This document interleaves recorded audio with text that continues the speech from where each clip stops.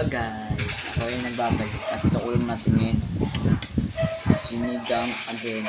Ito, siyempre patis ulit na may sili yan. So, papalaban naman tayo dito niyan. Tikman na natin yan.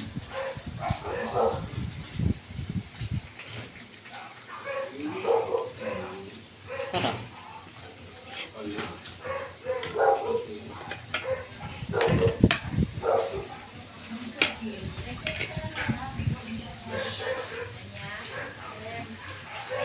Ang lambot ng baboy. Matagal konti na lang. Very...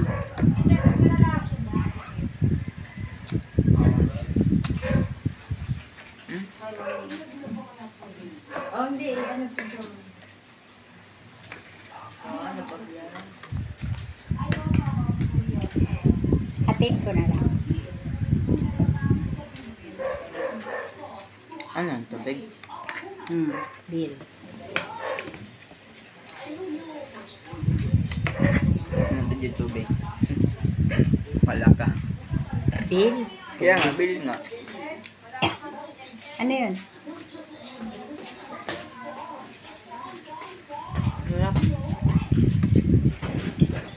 Naramdaman niyo ba yun sa inyo? Ha? Naramdaman niyo yung linggo dyan? Ha?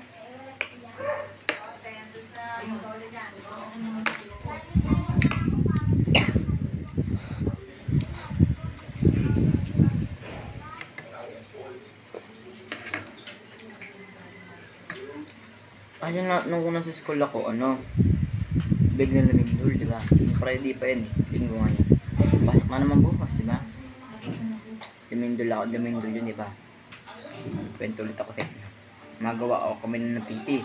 Dapat simulan na kami gawa kasi gulagwan ako, di ba? Simulan na kami gagawan sa Pilipinas. Biglang, gumanin yung bell. Ikala ko kasi, drill lang siya. Kasi din ang suot na sila ng doon. Para sa construction worker, yung sombrero, yun na. Tapos, syempre nag-evacuate na kami nun. Nagtakbo na kami nun. Ang daming nahimatay nun. Tapos, yung kapatid ko naman, alam mo na, di ba, Boy Scout yung kapatid ko eh. Nagbidabidahan na naman siya. Nagbidabidahan na naman siya nun. Hindi ganito na nga nangyari niyan. Ang school kasi mayroong clinic doon. Dala-dala sila stretcher. Tapos, takbo-takbo sila parang tagapagligtas. Ako kasi hindi pa ako nagganon kasi bago ka lang. Kasama pa lang ako sa embedture.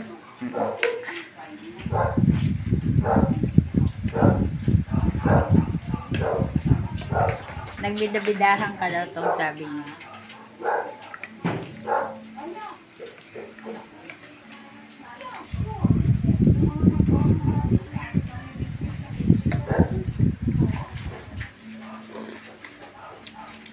Uwi niya 9:30. Tapos siya nakauwi 1:00.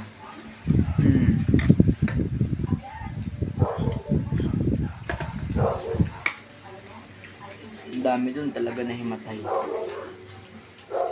Magdo na nga siya. Kunwari siya, nagmamadali siya. Sukunin niya yung naked niya. Sino?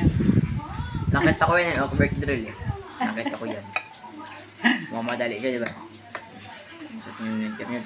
Takbo-takbo na siya, merong doon sila.